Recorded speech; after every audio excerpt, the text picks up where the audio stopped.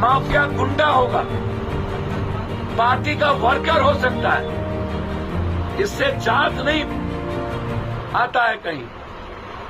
इसलिए जो लोग कल गाली गलौज किए, रूडी जी इसको रोकिए।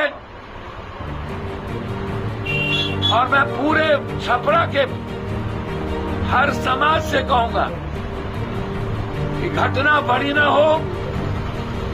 अभी 10 दिन लगातार चुनाव बाकी है, इसका रिपरकेशन अन्य जगह पर ना जाए, लोकतंत्र कमजोर ना हो, भय का वातावरण बनाने का प्रयास ना हो, खिसियानी बिल्ली खम्मा नोचे। जब लगातार आप चुनाव हार रहे हो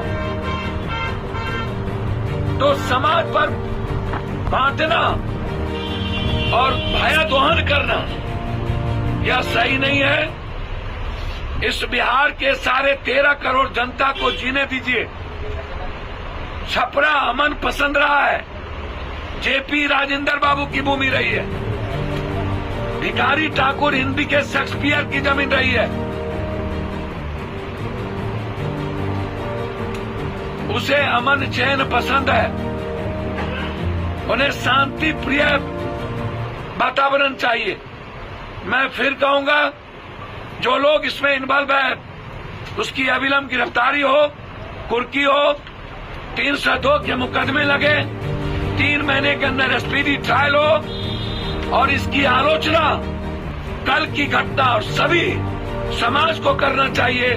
उच्च स्तरीय इंक्वायरी हो। जो लोग कल से आज तक इस वातावरण को फैलाए हैं उन पर केस करके जेल भेजा जाए और नेता लोग ऐसे चीजों से बचे।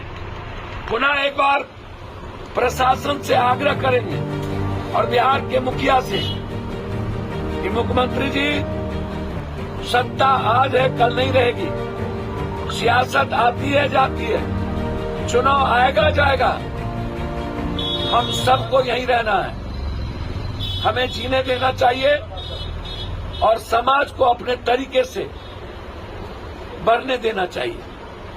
छपरा डरी हुई है, छपरा में वातावरण सही नहीं है। हम लोग अपील करें कि छपरा के वातावरण को शांत किया जाए।